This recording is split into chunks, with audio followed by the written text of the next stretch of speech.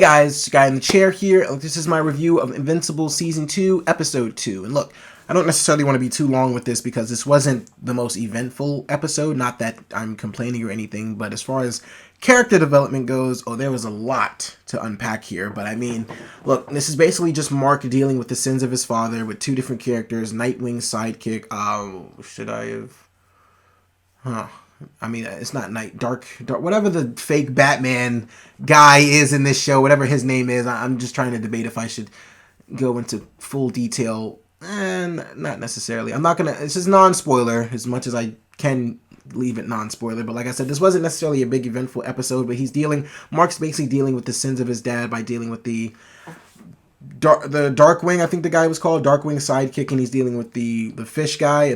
He's dealing with their group, the fish guy's home people, and he's going down there to, deal with what, Omni-Man did as far as killing them very brutally. And Mark is still just trying to fight this whole "I'm not my dad" thing. Even his mom is, battling with Cecil throughout this episode about Mark is still a kid. He doesn't need to be working for you 24/7. He doesn't need to be under your control, and that's all that she thinks Cecil wants is control of him because he had no control of Omni-Man whatsoever.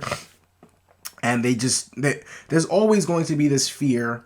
And I think that's what this episode is really alluding to, that there's always going to be this fear in the back of everyone's mind that at some point Mark could snap and show glimpses of his father. Show that, honestly, he probably is more closer to his father than we actually think. And this is kind of just my opinion on the show itself. What I'm kind of seeing through these episodes is as badly as Mark be getting his ass whooped in this show, I think in order for him to actually win an actual serious fight with a superior villain, I think he actually is going to have to go into that mode where he does show glimpses of his father. I think in order to actually beat a villain of essence and a villain of actual fear and terror, Mark's going to have to go into that Omni-Man mode, which he's really afraid of. He's kind of holding back. It's kind of reminding me of the Spider-Man 2 game where Kraven just keeps saying, yeah, you're holding back. I need you to give me all of that.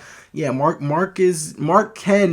I believe that Mark does have the ability to go Omni-Man mode. He just doesn't want to do that because if you go that way, you probably won't be able to come back from it. And that's what he's afraid of. And that's what this entire episode itself is kind of building to. That's what these first two episodes were kind of alluding to, is that if Mark truly does go that Omni-Man route, will he be able to come back from something like that? Because that's a very dark path to go down. Just because Mark knows how powerful he is. He knows who his father is. He's seen the things he's able to do. It's just, if I go that route, am I really able to come back from something like that? And I absolutely love the character development in this series and this episode itself. That's all this episode really is just kind of pushing the narrative of Mark being afraid of the sins of his father. Mark addressing the sins of his father and just being afraid that he really does not want to go that far as to, truly being Omni-Man's son. And he doesn't even like being called Omni-Man's son, as he called Darkwing's sidekick, whatever you want to call him. But I really enjoyed, the character moments in this episode, especially from Mark's mom. Mark's mom definitely had a bigger dynamic in this episode than the first one, and her pain and her grief, and honestly, just she's still dealing with so much. They're all still dealing with so much, still trying to recover from everything. One thing I really did love about this episode was Adam Eve's arc.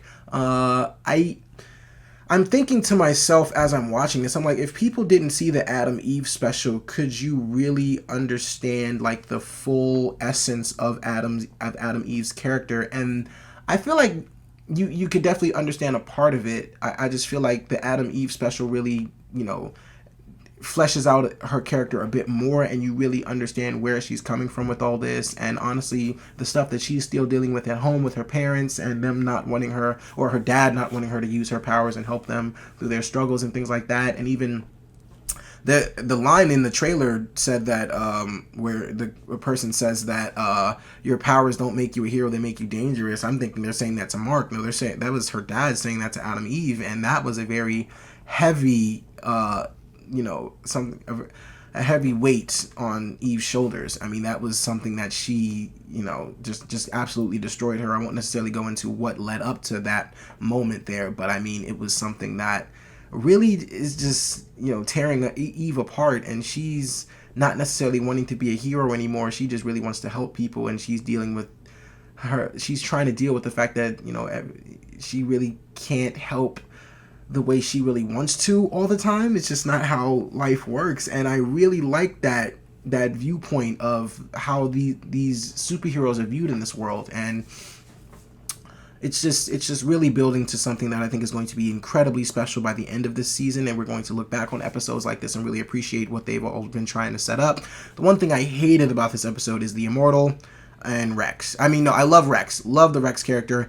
Hated the Immortal narrative. The Shapeshifter character that got introduced in here, I like where that is going. I think that's going to be a very interesting narrative to see, following, the future episodes here, but I hated the Immortal story here. I mean, I don't necessarily want to get into what happened with the Immortal, but I can't stand the Immortal. I already said that in my first episode review. I can't stand the Immortal whatsoever, but I do love the Rex character.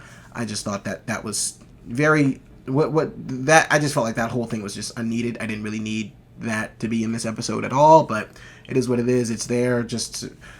I don't really think that's going to serve any true purpose in the future episodes, but as far as I'm concerned, this was another great episode of Invincible. This was something that I think is definitely fleshing out the character of Mark, developing what the battles that he is having internally with, having to become his dad. And I think once he truly faces an opponent where he's literally getting the shit beat out of him again, he's going to have to tap into that mode where, he's showing glimpses of his dad, and that's going to terrify him. But I think that's going to be needed if he wants to beat an actual villain, because, dude, there are some strong motherfuckers out there, as we all know. I don't think Mark has what it takes to beat Battle Beast yet, but I think if he wants to come anywhere close to beating Battle Beast, which I don't read the comics, so I don't necessarily know what happens with that, but if he wants to beat an opponent like Battle Beast, yeah, you're gonna have to be your dad, bro, which is a very scary thing to come to fruition, to come to face with, but that's why this show is just so damn good, and why it's written so well. But those are my thoughts on Invincible Season 2, Episode 2. Let me know in the comments what you guys thought of the episode. What do you guys think this is all leading up to?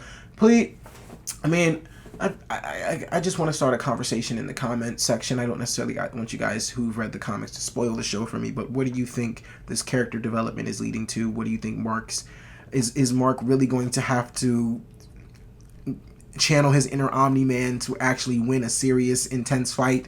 I think the answer is definitely yes, but you guys let me know in the comments what you thought of the episode and those other things that I've been saying below. Be sure to like, share, subscribe. Thank you guys so much for watching. I really do appreciate it. Look, this is your guy in the chair. More content coming to you soon.